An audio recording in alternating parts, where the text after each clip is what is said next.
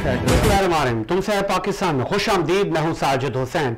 मजबूत मुस्तहकम पाकिस्तान पर हम बात करते हैं कैसे मुल्क मिल्लत की तामीर और तरक्की में हमने अपना किरदार अदा करना है। 4 अगस्त भी सर पर है और 4 अगस्त को योम शुहदाए सिंध पुलिस मनाया जाता है और सिंध पुलिस के बहुत सारे अफसरान की कुर्बानियाँ हैं, न सिर्फ CTD के चौधरी असलम साहब और दीगर की। इस पर भी हम बात करेंगे। फिर हम बात करेंगे एक नाखुशगवार वाक़या जो कल रात ईरान में रूनुमा हुआ। हमास के सियासी विंग के सरबराह इस्माइल हानिया को शहीद कर दिया गया और मिसाइल हमला था जो कि दागा गया।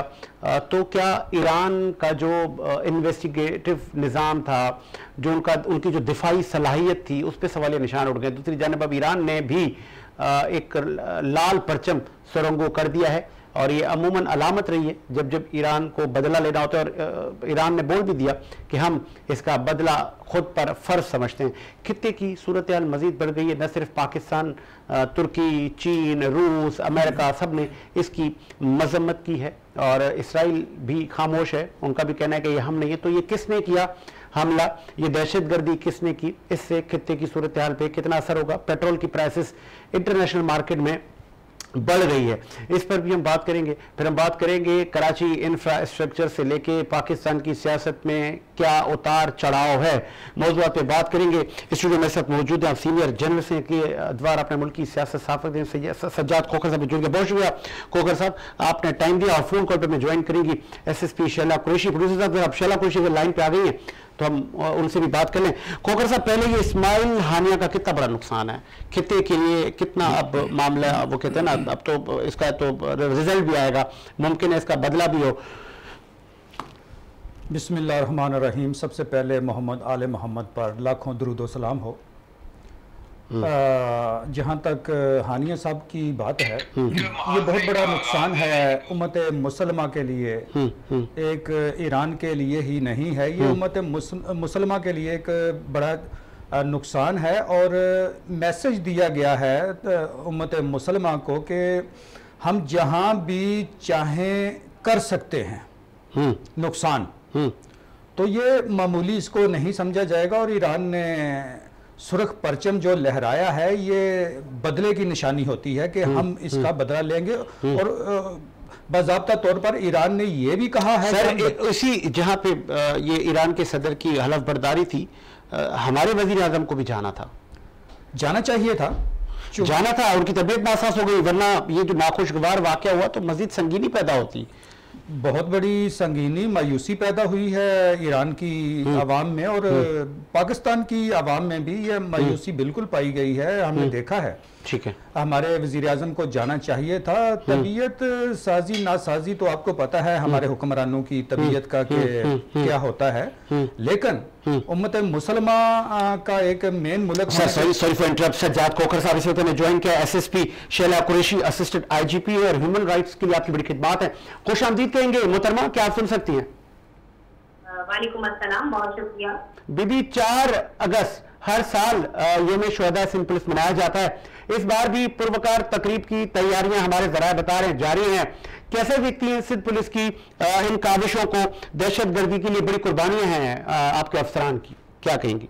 बिल्कुल, सिंध पुलिस में शहादत की लाजवाब मिसाल है और जितनी भी आज आप देखते हैं कराची के अंदर अमन बर्पा है। आज से अगर 10 साल पहले कंपेयर करें तो जिस कदर लॉ एंड ऑर्डर सिचुएशन बहुत ज्यादा खराब थी, वो आज बेहतर हुई है। तो मैं समझती हूँ कि ये शोहदा के लहू का समन है जो उन्होंने अपनी जानों का नजराना पेश किया और आज हम अमन से जीने हैं और अवामुन्नास को जो है वो एक सुख का सांस लेने का मौका मिला। सिंध पुलिस की तैयारियां इस जमन में बहुत तेजी से उरूज पर है और हर साल की तरह इस साल भी हम तमाम शोहदा को खराज अकीदत पेश करेंगे। न सिर्फ ये बल्कि उनकी फैमिली के साथ मुख्तलिफ डिस्ट्रिक्ट लेवल पर, रेंज लेवल पर और पूरे सिंध के अंदर जो है वो ये खराज अकीदत पेश किया जा रहा है। उनकी फैमिली को सपोर्ट करते हैं और जिंदगी में उनके हर स्टेप पर सपोर्ट करते हैं। बच्चों की तालीम का मामला हो, उनके वेलफेयर के इशूज हो या उनकी दीगर मसाइल हो, तो हर जगह सिंध पुलिस उनकी गाहे बगाहे कदम ब कदम शाना शाना उनके साथ है। अच्छा, ये भी पूरे पाकिस्तान में ये दिन 4 अगस्त को मनाया जाता है। बल्कि IGP सिफत गयूर साहब की शहादत से मंसूब किया गया इस दिन को और पुलिस के अंदर अगर आप देखें तो लाजवाल कुर्बानी की दास्तान मौजूद है और सिंध पुलिस के शहदा की तादाद 2488 यानी लगभग 2500 के करीब है। ठीक है। बहुत सारे गाजी हैं और तमाम फोर्स उनको सल्यूट पेश करती है और इस दिन को मनाने का मकसद खास तौर पर, वैसे तो हर दिन हम उनको शहीद जिंदा है उसको हम सल्यूट पेश करते हैं, लेकिन ये दिन मनाने का मकसद उनकी कुर्बानियों की याद दहानी है। हम उन्हें भूले नहीं, वो हमेशा हमारे दिलों में है, वो हमारे सर का ताज है और हम इस दिन को उनके लिए डेडिकेट करते हैं, उनकी फैमिली को ऑनर करते हैं खास तौर पर बुलाकर। और ये इवेंट वर्दी एजुकेशन गवर्नमेंट ऑफ सिंध और तमाम जो दीगर एजेंसीज के हेड्स हैं वो सब मिलकर मनाते हैं और पूरे पाकिस्तान के अंदर तकारीब का इनेकाद किया जाता है, वो पंजाब हो, KPK हो, बलूचिस्तान, सिंध की मिसाल कहीं पे भी तमाम सूबों में इसी जोशो वलवले के साथ इस दिन को खराज अकीदत के साथ मनाया जाता है। ये भी बताइएगा मैडम कि आप लोग बिल्कुल आपने तमाम ही चीजों पर रोशनी डाल दी, अवाम और पुलिस का ताल्लुक कैसे बेहतर बनाया जाए, अवाम थानों से लेके दीगर जो अफसरान हैं उन तक कैसे वो जो कम्युनिकेशन गैप है उसको फुलफिल करने के लिए क्या किया जा रहा है, क्योंकि आप ह्यूमन राइट्स को भी देखती हैं, एक बड़ा ही बेहतर मैसेज जाता है जब आप जैसे बाला अफसरान जब अवाम की रहनुमाई करते हैं। और फिर ये भी बताइएगा, दूसरा मेरा सवाल ये है कि शहदा की फैमिलीज के लिए और स्पेशली जो सिंध पुलिस के जवान हैं उनके लिए इंश्योरेंस और उनके लिए हेल्थ कार्ड या हेल्थ का कोई इस तरह का प्लान किस हद तक वसी है, नहीं है, और कहां कहां पे काम करने की हुकूमत को जरूरत है? बिल्कुल, गवर्नमेंट ऑफ इंडिया हम जमीन में शहदात की वजह से वाले का जब बात की जाए तो जो स्थिति है सिपाही से लेकर क्योंकि हमारे पास DIG शहीद साहब की भी शहादत मौजूद है, हमारे पास IGP बदूर साहब की शहादत मौजूद है, SSP फिलहाल साहब की शहादत हमारे सामने मौजूद है। तो इस तरह की हमारे पास बहुत सारे रैंक की बहुत सारी एग्जाम्पल्स मौजूद है। हर रैंक के अंदर उन्होंने जो है वो रखी है मरार, क्योंकि शहीद का कोई ऑल्टरनेट नहीं है। बेशक वो जिंदा है, उनको रिस्क किया जाता है, हमारा ये ईमान है, लेकिन एक घर वालों से जब उनका प्यारा बिछड़ जाता है तो ऑफकोर्स उसकी कमी महसूस होती है और वो चीजें जो वो दुनियावी उनको प्रोवाइड कर सकता वो अब नहीं कर पाता। तो हम उस समय में उनकी तरह से मदद कर तमाम जो बच्चों के साथ बिल्कुल बात करें, सबके साथ देखा है और उसके साथ हर वक्त हम मौजूद भी रहते हैं। सही। तो पुलिस से काफी इकदाम की, जैसे कि वेलफेयर ऑफिसर की तैनाती, हर दिल्ली के अंदर वेलफेयर ऑफिसर मौजूद होता है, वो उनके साथ डायरेक्ट रिलेशन में होता है और उनका व्हाट्सएप कॉन्टैक्ट से भी इमरजेंसी की सिचुएशन में फौरन डिस्ट्रिक्ट के हेड से कॉन्टैक्ट कर सकता है, DIG साहब से कर सकता है।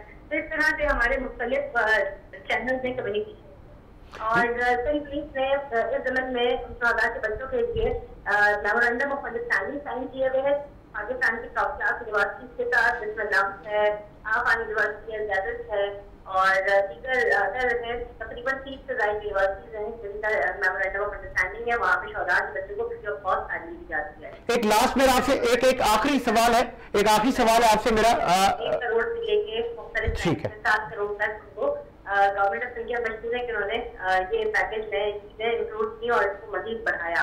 तो मैं समझती हूँ कि ये थोड़ा बहुत उनके ये काफी है। आई मीन के शहदा की फैमिली को ना होने से समथिंग इज बेटर, तो वो बहुत अच्छा है। पुराने अगर हम कंपेयर करें तो पहले 10 लाख दिए जाते, तो उससे तो ये बहुत बेहतर है कि 10 लाख या 30 लाख से बढ़ाकर आज के दौर में उनकी कुछ हद तक मदद हो जाती है। और वर्दी IGP ने इसमें आवाज किए, उसके अंदर उनके एरिया भी वो काविश कर रहे हैं कि इनके शहदा के लिए प्लॉट के सिलसिले में कुछ कर सकें और इस पर काफी हद तक काम कर चुके हैं। इंशाल्लाह शहदा के लिए प्लॉट का भी इंतजाम किया जाएगा और ताकि उनकी मजीद माली मदद। ठीक है, रियली अप्रिशिएट। मेरा लास्ट आपसे सवाल यह है कि एक माजी में एक शिकवा था सिंध पुलिस के कुछ अफसरान का कि बेहतर गाड़ियां, वेल इक्विपमेंट का अभी वो लेवल नहीं है, कुछ चीजों पर काम करने की जरूरत है। क्या वो आपके मामला बेहतर हो गए?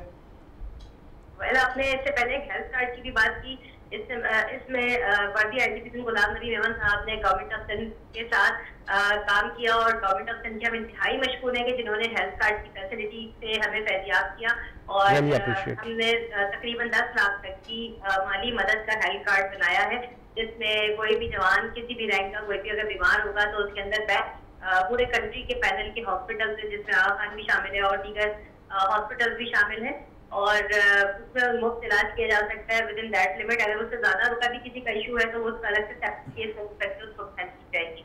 तो ये बड़ा अच्छा इनिशिएटिव है जिसमें हेल्थ के हवाले से। फिर आपने बात की कि पुलिस के निजाम को बेहतर करने के लिए जो टेक्निकल ग्राउंड में अभी बहुत ज्यादा एफर्ट की गई, जिसमें S4 प्रोजेक्ट का गया, जो सर्वेलेंस सिस्टम इंट्रोड्यूस किया गया, जदीद तकनीकी बुनियादों के ऊपर जो है क्रिमिनल्स को पकड़ना, उनका डेटा कंपाइल करना, इसमें तलाश एप्लीकेशन हमें बहुत ज्यादा हेल्पफुल होती है। क्रिमिनल का रिकॉर्ड ऑन स्पॉट चेक कर दिया जाता है, अगर वो किसी भी दिन के 40 टोल प्लाजा से क्रॉस करेगा हर वक्त उसका जो है वो डिजिटल स्कैनिंग होकर उसकी S4 सर्वेलेंस मैकेनिज्म में यहाँ कमांड एंड कंट्रोल सिस्टम से उसको डिटेक्ट किया जा सकता है और फौरी तौर पर उस कल्प्रिट को एप्रीहेंड कर सकते हैं। और इस तरह बहुत सारे केसेस हमने किए भी, जिसके अंदर भी हमें कामयाबी से भी हम किनार हुए। और ये S4 सिस्टम है, गाड़ियों की बेहतरी के हवाले से किस आवाज की जा रहे हैं, और सिंध पुलिस ने तकरीबन 70 से ज्यादा खवातीन को स्कूटी पे ट्रेनिंग दी है, मोटरसाइकिल पे, और वो लड़कियां अब फील्ड में काम कर रही हैं। ये खवातीन, जहां मर्दों की तरक्की की बात की जाए वही साथ साथ खवातीन के लिए भी काविशें की गई है। बहुत शुक्रिया आपके कीमती वक्त का। SSP शैला कुरैशी ने अपना मौक़िफ़ दिया, आपके वक्त का शुक्रिया मैडम। शाह साहब, मैं चाहूंगा आप वहीं से कंटिन्यू करें। खोखर साहब, कितना बड़ा नुकसान है खित्ते के लिए, अब ईरान बदले की बात कर रहा है। जहाँ तक नुकसान की बात है, बहुत बड़ा नुकसान है, और ये नुकसान मेरे ख्याल में पूरा करते करते खिता जो है ना हालत जंग में आ सकता है। और ईरान ने बाज़ाब्ता तौर पर यह भी ऐलान किया है कि हम बदला लेंगे। एक सुर्ख परचम लहराना इसी चीज़ की निशानी है कि हम बदला लेंगे, और मेरे ख्याल में ईरान जो है ना ज़रूर बदला ले लेगा। वो एक तो आज़ाद रियासत है, और दूसरा ये है कि पहले से वो इसराइल और अमेरिका के साथ टकराव में बिल्कुल सफ़े अव्वल में खड़ा है। तो यही जायज़ा लगाया सकता है कि इलाका जो है, खित्ता जो है एशिया का, दीगर ये परेशानी रहेगी, मजीद मामला खराब होंगे। आगे बढ़ाते सिचुएशन को, पाकिस्तान तहरीक इंसाफ जल्द से सियासी एक्टिविटियां करना चाह रही है, हुकूमत वक्त करने नहीं दे रही। खान साहब ने कहा कि जी मैं बात करने के लिए तैयार हूं, क्या वाकई अब ये बर्फ पिघलेगी, ये जो चपकलिश है इसमें कमी आएगी? मुझे नहीं लगता कि इमरान खान साहब किसी बात पर कंप्रोमाइज़ करेंगे इनके साथ, चूँकि अगर उनका बैकग्राउंड देखा जाए, सियासत का दौरानिया देखा जाए, तो उनमें ये जकाऊ नहीं है कि वो किसी भी मसले पर किसी से बात करें, बैठकर जो है ना कंप्रोमाइज़ कर लें, ऐसा नामुमकिन है। और जहाँ तक PTI कह रही है कि हम जलसे जुलूस करेंगे, ये उनका हक है, उनको हक देना चाहिए। कोई भी पार्टी हो, उनको सियासत का हक है, हक हासिल होना चाहिए, ना कि रोड़े अटकाए जाए उनकी राहों में। ये मेरे ख्याल में अहमकाना सोच होगी वक्त हुकूमत की कि उनको सियासत से रोका जाता है या उनको जलसे जुलूस नहीं करने दिए जाते। ये एक जमहूरियत के खिलाफ है, जमहूरियत के खिलाफ है। अथॉरिटीज पाकिस्तान में बहुत ज्यादा बनी हुई हैं। वो अथॉरिटीज किस लेवल पर जाकर अवाम की फलाह बहबूद के लिए काम करती हैं, उनके जो डोमेन में काम है वो कितनी ईमानदारी से काम किए जाते हैं, चाहे सिंध बिल्डिंग कंट्रोल अथॉरिटी हो, चाहे पाकिस्तान स्टैंडर्ड क्वालिटी अथॉरिटी हो।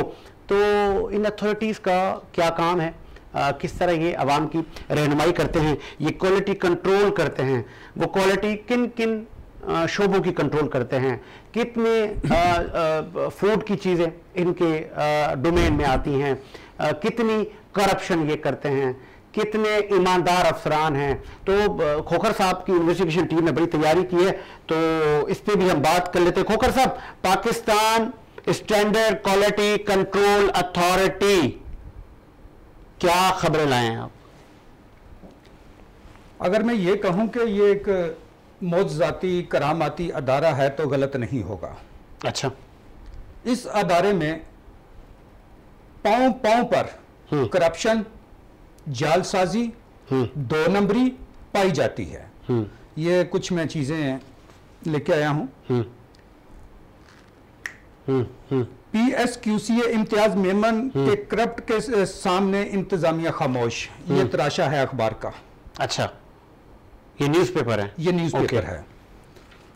कराची में फैक्ट्रियों ने शहरियों को मौत बांटना शुरू कर दी। अच्छा, ये भी इनके डोमेन है? ये भी इनके डोमेन है। कुकिंग ऑयल हो, घी हो। दिखाएं जरा ये कि क्या है, ताकि हमारी आवाम भी देख सके कि अखबारों की जो सुर्खियां हैं। और इसमें इनके डोमेन में हर वो चीज़ आती है जो पैकिंग शुदा होती है, खा वो वाटर हो, कुकिंग ऑयल हो, घी हो, जूस हो, दूध हो, सरिया हो। अच्छा, सबकी क्वालिटी कंट्रोल सीमत ये लोग करते हैं जी। इन तमाम चीज, बिस्किट हो, ठीक है, तमाम चीजों को इन्होंने कंट्रोल करना होता है। जबकि मैंने ये तकरीबन 3-3.5 साल में, बरसों में, मैंने यहाँ पर किसी भी ऑफिसर को काम करते नहीं देखा। डायरेक्टर्स की एक बड़ी टीम इदारों में तैनात है यहाँ पर, जो बड़ी मराहतें लेते हैं। सबसे बड़ी बात, PSQCA का जो हेड ऑफिस है ये कराची में वाक़या है। ठीक है। इस कराची में डायरेक्टर्स की 10 सीटें हैं। ठीक है। जबकि सीटों पर बड़ा जमान जो है ये 4 ऑफिसर हैं, बाकी सीटें खाली हैं। अच्छा, वो कौन है 4? खुशनसीब जिनको मैं कहूंगा। अच्छा। इनमें डायरेक्टर CA है, फिर वो QCC है, बरामदात दरामदात है, इस तरह 4 ये सीटें। नाम लेना खोखर साहब, कौन है, नाम बताएं। बड़े नाम है ये। अच्छा। CA को जनाब अशरफ पलारी साहब देखते हैं। अच्छा। ऑपरेशनल डिपार्ट है ये PSQCA का, ऑपरेशनल। जो मार्केट में या फैक्ट्रीज में सनतों में जो है ना, ये अशिया का स्टैंडर्ड बनाते हैं ये। अच्छा, कंट्रोल, वो स्टैंडर्ड आप देख कर आए हैं? जनाब मैंने देखा है। मैं दावे से ये कह सकता हूं कि मासवाए 3 से 4 कंपनीज के अलावा तमाम कंपनीज गैर मेयारी अशिया तैयार कर रही हैं और उनका हिस्सा, अगर सहाफती अल्फाज में कहूं तो बत्ता कहूंगा। अच्छा। बत्ता इन तक पहुंचता है, किन तक? इनका AD है इम्तियाज मेमन साहब, जो पूरे कराची को देखता है। तो क्या नैब, एंटी करप्शन सत्तू पी के सो रहे हैं? जनाब नैब को साबिक DG ने, हफीजुल्लाह खान साहब ने खत लिखा था कि इन पर इंक्वायरी की जाए। कुछ तो डायरेक्टर ऐसे हैं यहाँ पर PSQCA में जो जाल साजी से भर्ती हुए हैं, जिनकी इंक्वायरियां ऑलरेडी नैब में FIA में चल रही हैं। वो भी सीटों पर बराजमान हैं। अच्छा, क्योंकि वो लाडले हैं। तो ये कंटेम्प्ट ऑफ कोर्ट है। और है। ये कौन अफसरान है, ये भी जरा वाजे कर दें। एक बड़ा नाम मुमकिन है कि इस पर कोई एक कार्रवाई हो। एक बड़ा नाम है इनमें खालिद अहमद बाबलानी। ठीक है। वो बहुत लाडले है। कोई भी DG आता है वो उनके लाडले होते हैं। इससे पहले वो साहबा थी, एक खटक साहबा थी। उनके बड़े वो लाडले थे और मेरे ख्याल में जाते जाते साबिक DG ने इनको 3 से 4 सीटें तोहफे में दे दी थी। कमाऊ पूत तो नहीं है यहाँ पर। होता यह है कि वो आदमी ज्यादा लाडला होता है। बिल्कुल कमाऊ पूत है। और यहाँ पर मैंने पहले भी कहा है कि ये ऐसा अदारा है जो करामाती अदारा है। पाँव पर करप्शन। आपने देखा होगा अपने ये लाइफ में, कभी भी PSQCA की टीम ओपन मार्केट या सुपर स्टोर में ऑपरेशन के लिए, चेकिंग के लिए, कंट्रोल के लिए नहीं आती। क्यों नहीं आती? तमाम सुपर स्टोर जो हैं ये इनके मेंबर बने हुए हैं। अच्छा। माल जाता है। दूसरी बड़ी चीज, एक मार्किंग फीस होती है जो हर कंपनी से ली जाती है। मैं बड़ी करप्शन की बात करने लगा हूं। वो ऐसी करप्शन है, अगर किसी कंपनी की तरफ, किसी सनत की तरफ अगर 50 लाख रुपए मार्किंग फीस के बनते हैं तो हमारे यहां कराची इंतजामिया की टीम उनसे मामला तय करके, मामला बना करके 20 लाख दे दो, 30 लाख आपको माफ किया। खोखर साहब, सालाना कौमी खजाने को कितना नुकसान देता है ये इदारा? ये जनाब कोई तखमीना आपने लगाया है? 2 से 2.5 करोड़। अच्छा, कम सालाना की करप्शन होती है, कम अज कम बता रहे हैं। करप्शन, PSQCA में ला कानूनियत का राज, ये अखबार के तराशे बता रहे हैं। ये मुख्तलिफ अखबारात हैं, मुख्तलिफ अखबारात हैं। यहां पर लिखते हैं PSQCA सनतकारों की मिली भगत, वफाकी सेक्रेटरी अली रजा की मदद से सरकारी खजाने को लूटने का मंसूबा। यही वही मार्किंग फीस जिसका मैं जिक्र कर रहा था, ये वही मार्किंग फीस है। आगे चलते जाएं। कराची CA डिपार्टमेंट का मुल्की रेवेन्यू को मार्किंग फीस में सालाना 2 अरब का टीका, बताएं, सॉरी करोड़ों का नहीं, 2 अरब का टीका। जुल्म है ये, जुल्म है। कौमी, हम जहां तो पाकिस्तान की मैशत की बेहतरी के लिए हुकूमत परेशान है। साजिद भाई, ये तो खजाने को टीका है ना, जो आवाम को और ताजिरों को, शहरियों को टीका लगाया जा रहा है। ये गैर मेरी अशिया। आप कोई भी सेक्टर उठा के देख लें, पानी का सेक्टर उठा के देख लें, आपके कराची में 2 लाख। अच्छा, आप, हमारी टीम ने इनसे रब्ता किया अथॉरिटी से, इनके मीडिया एडवाइजर हैं मुजीब साहब, वो तक बात करने से कासिर हैं। मुजीब साहब की अगर मैं बात करूं, वो मुजीब साहब से हमारी टीम ने रब्ता किया, वो कह रहे हैं नहीं, वो मुझे अभी DG साहब से इजाजत नहीं है। मुजीब साहब बड़े एक मासूम से वो हैं, ऑफिसर हैं, जिनको मीडिया एडवाइजर लगाया गया है। ये है मुजीब साहब का लेटर जिस पे बैन लगा हुआ था कि ये कोई भी पब्लिक सीट हासिल नहीं कर सकता। खोखर साहब, मुजीब साहब पर भी करप्शन ये बैन लगा हुआ है, ये लेटर है। साइंस एंड टेक्नोलॉजी की जो इंतजामिया टीम है, ये उनका लेटर है। उन्होंने बैन लगाया हुआ था कि ये कोई भी पब्लिक सीट हासिल नहीं कर सकता, क्योंकि इन्होंने कुछ वर्ष पहले करोड़ों की करप्शन की थी। बताएं, मतलब वो इनके जो रिकॉर्ड में है। ओके, तो वो अगर इतना बड़ा करप्ट ऑफिसर है तो वो कैसे आपके प्रोग्राम में आ सकता है? नहीं आएगा। तो ये सब कुछ DG की नाक के नीचे हो रहा है, तौफीक अब्बासी साहब के। बिल्कुल, मैं ये कहूंगा। तो क्या वो अब एक्शन लेंगे? हमने अपना काम किया, अब क्या, आपको क्या लगता है? मुझे लगता भी है, नहीं भी लगता, चूंकि तौफीक अब्बासी को बाखूबी इल्म है कि मेरे नीचे क्या हो रहा है। ये तौफीक अब्बासी की मेहरबानी है। अच्छा, ये बैन शुदा ऑफिसर को अच्छा मनसब देना, ये उनकी मेहरबानी है। इसके अलावा भी उन्होंने बहुत कारनामे तौफीक अब्बासी साहब ने किए हैं। चूंकि हमारे पास टाइम कलील है, अगले प्रोग्राम में भी हम इस पे बात करेंगे। तो सनतकार मौजूदा जो टीम है, ऑपरेशनल टीम जिसको CA कहा जाता है, इनसे परेशान है। ये देखें, PSQCA सनतकारों से लाइसेंस तजदीद के इवज करोड़ों की कमाई। अच्छा, लाइसेंस के अजरा में हर साल लाइसेंस को रिन्यू किया जाता है, उसके चक्कर में करोड़ों की जो है ना वो करप्शन की जाती है। इसके अलावा QCC क्वालिटी कंट्रोल सेंटर, वहां पर एक मिसेज हैं डॉक्टर ताहिरा। अच्छा, उनकी भी 5 घी में है। अच्छा, वो भी करप्ट है। जितनी भी सनतें हैं, जब वो नमूना जात के लिए, टेस्ट के लिए वहां पर चीजें जाती हैं हेड ऑफिस में, तो वहां पर तो अव्वल में तो मशीनरी खराब है जो टेस्टिंग है। अच्छा, मजे वाली बात, पूरे पाकिस्तान में एक ही वैन है, MTLV कहा जाता है उसको। ठीक है, MT mobile testing laboratory van. एक ही वैन है, वो भी नकारा हालत में कराची हेड ऑफिस में खड़ी है। वो वैन लेके दी थी इनको कि ओपन मार्केट में जाएं, वहां पर टेस्ट करें, नमूना जात हासिल करें, और जो नासाज गैर मेरी चीजें बेच रहे हैं उनको सील किया जाए। ओके, करोड़ों की मालियत से वो वैन खरीदी गई। और दूसरी बात, ISO इंटरनेशनल तंजीम है, अगर उसको पता चल जाए ना कि पाकिस्तान में इस म्यार की चीजें बन रही हैं, तो वो तंजीम इनको मेरे ख्याल में मेंबरशिप से खारिज कर देगी।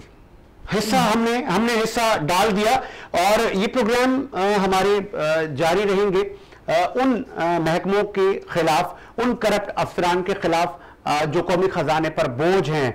उम्मीद है कि नैब, एंटी करप्शन, दीगर जो इदारे हैं हमारे, वो हरकत में आएंगे और वो छानबीन मजीद करेंगे। हमारे जो इन्वेस्टिगेटिव मीडिया के पर्सन्स हैं उनके पास भी बहुत सारा मवाद है, वो भी आपको प्रोवाइड करेंगे कि मुमकिन है कि कौम का इनसे छुटकारा हो। और डीजी साहब, आप पर भी बड़ी जिम्मेदारी आयद होती है कि मुल्क कौम को आप क्या खिला रहे हैं, क्या क्वालिटी कंट्रोल कर रहे हैं। आप बड़ी निशिस्त पर बैठे हैं। गालिबन हमारे जराए ने बताया कि आप उम्रे पर गए हैं, आप उम्रे से आकर मौक़िफ़ भी हमें देंगे और मजीद इस पर रोशनी भी डालेंगे और मजीद हमें आपसे बड़ी उम्मीदें हैं, आप कार्रवाइयां भी करेंगे। शाह साहब, ऐसा ही? जी बिल्कुल, ये एक बड़ा चेहरा है PSQCA में। अच्छा, ठीक है। ये कौन मौसूफ हैं? ये मेमन साहब हैं, AD हैं, इम्तियाज मेमन साहब। अच्छा, ये पूरे कराची को देखते हैं। कुछ सनतें तो ऐसी हैं, सनतकार तो ऐसे हैं जिनके पास ये खुद के चल के जाते हैं, अच्छा, माल लेने के लिए, और कुछ को वहीं पर बुला लिया जाता है। तो भाई ये जो हम पानी पी रहे हैं ना, ये भी गैर म्यारी है।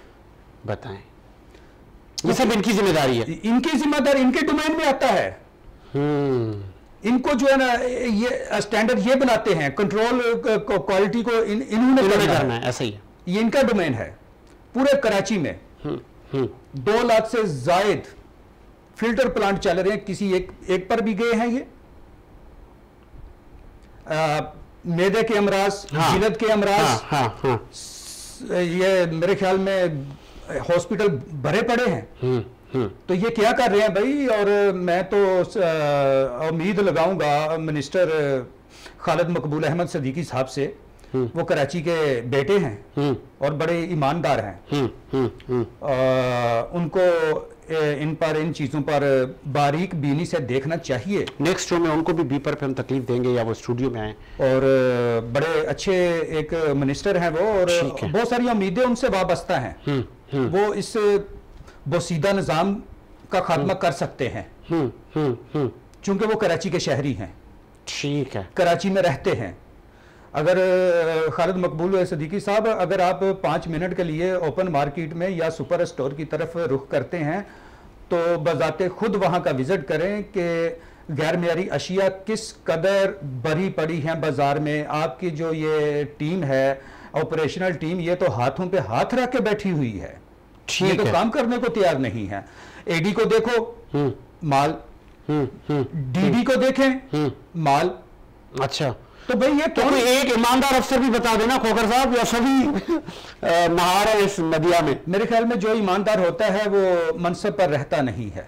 अच्छा, इनके डायरेक्टर अशरफ पलारी साहब अच्छे ऑफिसर हैं, अच्छा जो है ना वो रखते हैं। और उनको चाहिए कि अपने नीचे वाली सीटों पर, अपने नीचे वाले अफसरान पर नजर रखें कि ये कर क्या रहे हैं। ये उनका फर्ज है। और डीजी साहब, मुजीब साहब से हमारी टीम ने राब्ता किया, वो मीडिया को रिप्रेजेंट कर रहे हैं, लेकिन वो तो मीडिया पे आने से मौसूफ घबरा रहे हैं। तो कैसे अफसर आपने तैनात किए हैं कि जिनकी जो डोमेन है, जिनका जो डेजिग्नेशन है, जिनका जो काम है, वो ही नहीं कर पाते वो, तो वो दीगर अवाम को रिलीफ क्या देंगे? ये आपके लिए भी सवालिया निशान है। सर, एक और स्टूडियो मेरे पास, सर, एक और अथॉरिटी है, सिंध बिल्डिंग कंट्रोल अथॉरिटी, और इसमें भी बहुत सारी SB से लेके पोर्शन माफिया से लेके बहुत सारे गैर कानूनी काम जारी हैं। साजिद भाई, ये भी अदारा बड़ा नंगा नाच करने वाला अदारा है, SBCA। पहले भी हमने बात की थी, आज फिर बात करेंगे नाज़माबाद की। नाज़माबाद में मैं कुछ चीज़ें लेके आया हूँ, ये शेयर करता जाऊँ। ये डायरेक्टर हैं। अच्छा, ये किस चीज़ के डायरेक्टर हैं? ये SBCA के डायरेक्टर हैं लियाकताबाद के। अच्छा, लियाकताबाद टाउन के। जलीस अहमद सदीकी इनका नाम है। ठीक है। इनके नीचे चले जाएं, ये डिप्टी डायरेक्टर हैं इमरान रिजवी साहब, देख रहे हैं? अब इनके नीचे जो मेन किरदार है बिल्डिंग इंस्पेक्टर का, वो ये साहब हैं। अच्छा, तो ये तो ये सारे इस धंधे में गैर कानूनी तामीरात में मुलविस हैं। जो जानी माली नुकसान हो रहा है उस सब में ये मुलविस हैं। बिल्कुल, ये पूरे आपके पास सबूत हैं, इनके सबूत हैं मेरे पास। कमोबेश 350-400 गैर कानूनी इमारतों की तस्वीर। 350-400 खोकर साहब, ये बहुत बड़ा काउंट बता रहे हैं। नाजमाबाद की मैं बात कर रहा हूँ, नाजमाबाद 1 से लेके 5 तक। ओके, ये पूरे कराची का फिगर नहीं है? नहीं है, ओनली नाजमाबाद 1 नंबर से लेके 5 तक 350 से 400 बिल्डिंग गैर कानूनी तौर पर ये सरपरस्ती कर रहे हैं। तो अब्दुल रशीद सोलंकी साहब, डीजी साहब, वो क्या कर रहे हैं? रशीद सोलंकी साहब पे मेरे ख्याल में ये एक ही औरंगजेब बारी है। अच्छा, ये बिल्डिंग इंस्पेक्टर की मैं बात कर रहा हूं। ओके, तो वहां पर नाजमाबाद में 350-400 गैर कानूनी तौर पर बनने वाली बिल्डिंग्स एक माह में, मैं साल की बात नहीं कर रहा हूं, एक माह की बात कर रहा हूं, एक माह में बनने वाली, तो आगे अंदाजा लगा लें कि क्या जो है ना यहां पर वो तमाशा लगा हुआ है। तो सोलंकी साहब बड़े मोअज़्ज़ज़ हैं, डीजी साहब हैं, जरूर उमरा पे गए होंगे। आजकल सारे डीजी जितने भी हैं तमाम अदारों के, वो उमरा पे गए हुए हैं। तो ये भी मेरे ख्याल में की अदायगी के बाद मुमकिन है कि सर इनकलाबी इक़दाम हो। हम तो ये तवक्को कर रहे हैं कि इदारे हरकत में आए, डीजी साहबान हरकत में आए। हमारा काम था उनको बताना कि क्या क्या हो रहा है सर, आपके नाप के नीचे हो रहा है। अब आप लोग क्या एक्शन लेंगे वो भी हमें पता चलेगा। अगर आप एक्शन लेंगे तो इसी प्लेटफॉर्म पे बैठ के हम आपको अप्रिशिएट करेंगे, ना सिर्फ हम बल्कि पूरा पाकिस्तान आपको अप्रिशिएट करेगा। खोकर साहब, बिल्कुल साजिद भाई, एप्रिशिएट बनता है। अगर कार्रवाई करते हैं, इस निज़ाम का खात्मा करते हैं तो एप्रिशिएट बनता है।